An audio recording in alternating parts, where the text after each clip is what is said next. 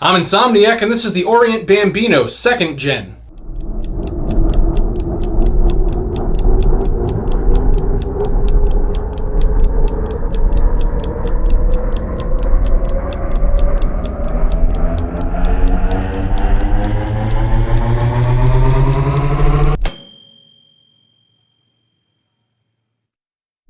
You feel the vibe.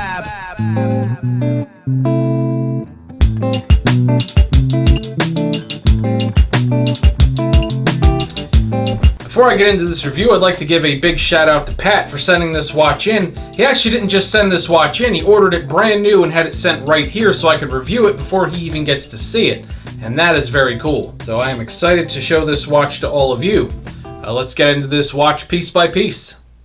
The case on the Bambino is perfect simplicity, and by that I mean it's one of the most simplistic but simply perfect cases I've seen. The top and back of the case, including the top and backs of the lugs, is a well-polished stainless, while the sides of the case, including the sides of the lugs, is a nicely brushed stainless. One thing I love about this case is that if you subtract the height of the tall domed crystal, it's insanely thin, which from the side gives it a really sleek profile. In terms of case design, it's about as plain and simple as you can get.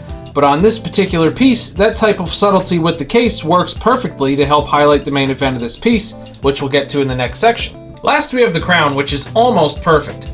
It's the perfect size and shape for winding and setting the watch, and aesthetically it looks great with the case. The only thing I wish Orient would have done here would be a logo or engraving of some kind on the face of the crown. The plain case is subtle and elegant, but the plain crown just looks that, plain. It could have used a little something extra. Overall though, it's a great and simple case. The dial of the Bambino is the main event of the watch, and usually I don't talk about the crystal much in these reviews, but I can't talk about the aesthetics of this dial without showing you the incredible domed crystal on this piece, because part of what makes this watch so special to look at is the effect of the curvature of this crystal. So Orient's choice of crystal for this watch might just be one of the most important elements of the watch as a whole. The dial on this particular model is a silver gray with a faint but finely done radial brushed finish, which plays with the light beautifully.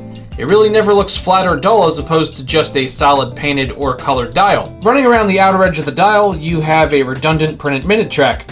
I call it the redundant minute track because although I think it looks great on this dial, there's another printed minute track right below it with printed numerals for every 5 minute and tiny but interesting quarter-second indices between the minute indices. One cool thing to note here is that the extreme curve at the outer edge of the crystal almost acts like a magnifier for the minute tracks, which makes it surprisingly legible despite being so small. Under the dual minute tracks, you have beautiful applied Roman numerals for the hours.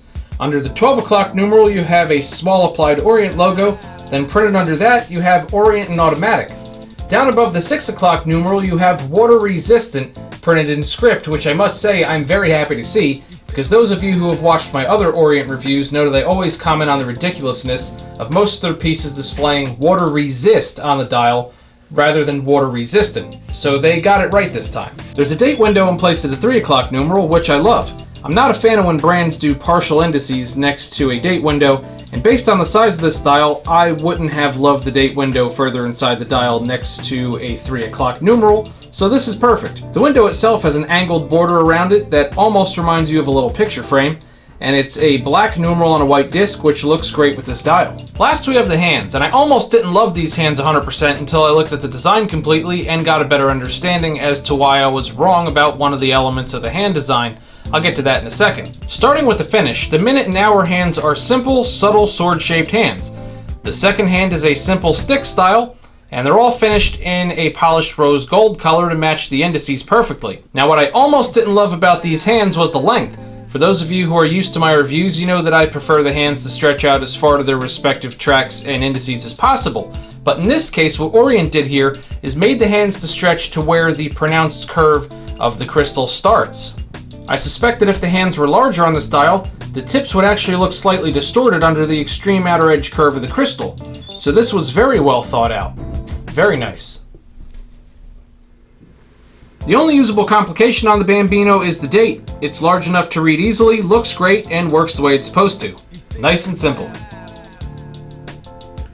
Time at a glance on this piece is excellent, as can be expected with a simple combination of black and rose gold colors on a bright colored open airy dial.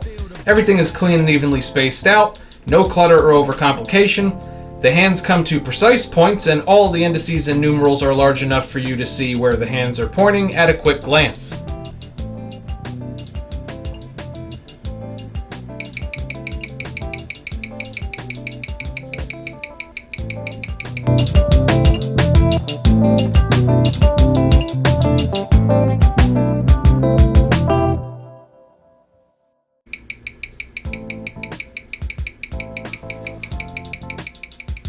The strap on this Bambino is one of the only things I don't love all that much. This specific model comes with this brown leather strap with the faux alligator pattern, as many dress watches do. It's a decent thickness and fairly stiff right out of the box. It definitely takes a week or so to break it in. This particular brown looks pretty good with the watch, but I don't love the patent leather look. The finish of the strap honestly reminds me of shoes that got hit with one too many coats of shoe polish. It's just a little bit too shiny and over-finished for such a subdued, soft style of watch. With that said though, it's pretty comfortable, the buckle's a good size, and it has the brand name engraved into it, and the free loops work pretty well. So if you don't mind the shiny shoes look, it's a great strap. And if you do mind the shiny shoes look, just change it to Cheap Fix. And last we have value. The list price on the 2nd Gen Bambino is $300. And I must say, even if these sold for $300, I would call this a good value. But as of the time of this review, I found these on one reputable site for $159. For that price, if you like the aesthetic of this piece, I'd say buy more than one. Get it in a couple different colors. You won't be disappointed. For the price of many mediocre quartz watches on the market, you're getting a really well thought out, well-made, mechanical in-house movement, gorgeous vintage aesthetic, and in a sweet spot size that honestly looks pretty good on just about any size wrist. To say that this watch is a good value is seriously an understatement at that price. Definitely a watch that I would very highly recommend you picking up. For those of you watching this review that own a Bambino of any gen, because I believe they're up to Gen 4 now, feel free to leave a comment, tell everybody what you think of yours. Again, a big thanks and shout out to Pat for sending this in. I really appreciate that, especially the fact that you sent it in brand new. It was an honor to be able to break it in. If you have any watches that you'd like to see reviewed on this channel, if you're curious to see what kind of score your watches would get, you could send them in by sending me an email at shoulditimethis@gmail.com. I will tell you where to send them, I review them, I insure them, and I send them back. It's that simple. And if you would like to support the channel and you'd like 1 week early access to all of my brand new watch reviews, sign up at the link at the top of the video description. That is my Patreon page over there. I will see you all at the next review.